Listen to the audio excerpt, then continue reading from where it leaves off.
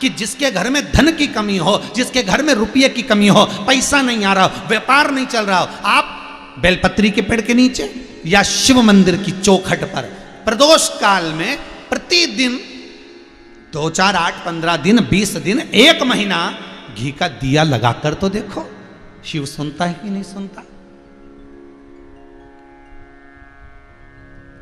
और जिस दिन आपका कोई काम अटक गया, नहीं हो रहा, सारी दुनिया के आपने हाथ जोड़ लिए, तब शमी के पत्ते ले जाकर प्रदोष काल में शंकर को समर्पित करके तो देखो। जिस शमी के पौधे में कांटे ही कांटे होते हैं, उस शमी की पत्ती को शंकर को देकर देखो। प्रदोष काल में अगर कोई काम दुनिया के हाथ जोड़ लिया आपने, दुनिया से कह दिया कि मेरा एक काम कर, और नहीं हो रहा, तो एक आप तोड़ो 5 पत्ते शमी की और ले जाकर शिव जी को दो, शंकर को प्रदान करो।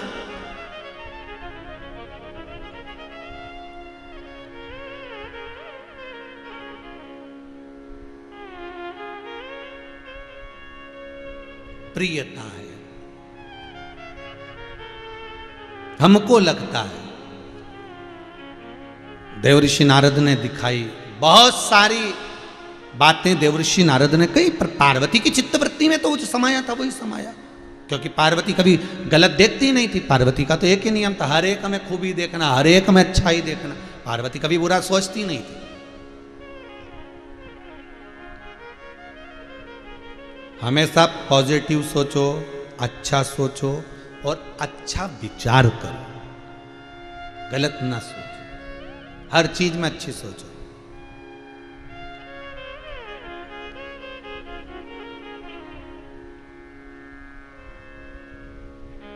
एक इंदौर के भगत हैं, शिष्य भी हैं, तो उन्होंने ये आश्रम से जुड़े हुए हैं, गौशाला से, तो उन्होंने प्रश्न कर कर भेजा, गुरुदेव हमारे एक रिश्तेदार हनुमान चालीसा का पाठ कर रहे थे पीपल के पेड़ के नीचे, उनकी हनुमान चालीसा की किताब को गाय खा गई, तो कैसा होता है। सब लोग डरा रहे हैं, कोई कह रहा है हनुमान जी रुष्ट हो गए, ऐसा हो गया, वैसा हो गया।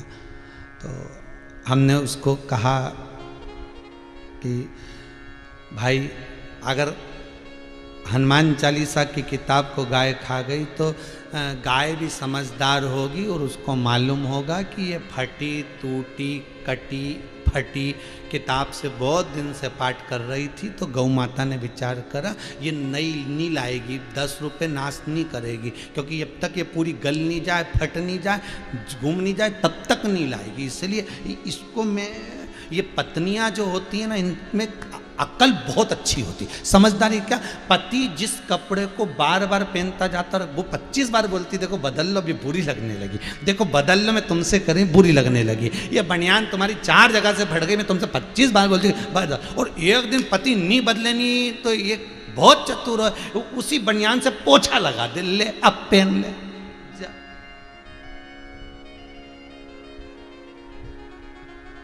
बोल रहे तिलक सही है कि गलत है? उसी कपड़े से वो पोछा लगा दे, ले अब पहन। और पति देखे कि क्यों मेरी शर्ट किसने पटकी, चाय पोंछ दी उस पर, पत्नी बोले वो पड़ी थी उस पर चाय गिर गई थी। तो गौ माता ने भी विचार करा होगा कि ये हनुमान चालीसा की किताब तो बदल नहीं रहा है, पढ़े जाए पढ़े जाए पढ़े जाए है, तो उसने सोचा कि अपनी स्वाहा निकल जा, 33 कोटि देवता अंदर विराजे, इन्हीं को दे दो, ले जाओ। अब किसी ने उनको डरा दिया कि चालीसा तुम्हारी गाय खा गई तो तुम्हारे लिए गलत होगा। अब उसने कहा गुरुजी लोग कह रहे कि गलत होगा। हमने कहा चिंता मत कर, खा गई तो खा जान दे, परंतु 15 दिन के अंदर वो जो खाया है ना, भगवान के पास पहुंचा है ना, उसका पुण्य कहीं ना कहीं मिल जाएगा, पक्का है, कहीं ना कहीं प्राप्त हो जाएगा। और हुआ ऐसा कि उनके लड़के की जॉब नहीं लग रही थी और सरकारी सर्विस लग गई। कितने दिन पहले इंटरव्यू दिया था, तो ये प्रभु की कृपा। तो आपसे निवेदन है, आप मत खिला देना हनुमान चालीसा जान करके गाय को, नहीं तो तुम सोचो कि लड़के की सर्विस लगाना है तो हनुमान चालीसा खिला दो गाय को। अब दुनिया तो ऐसी उल्टी सोच कर काम करती थी।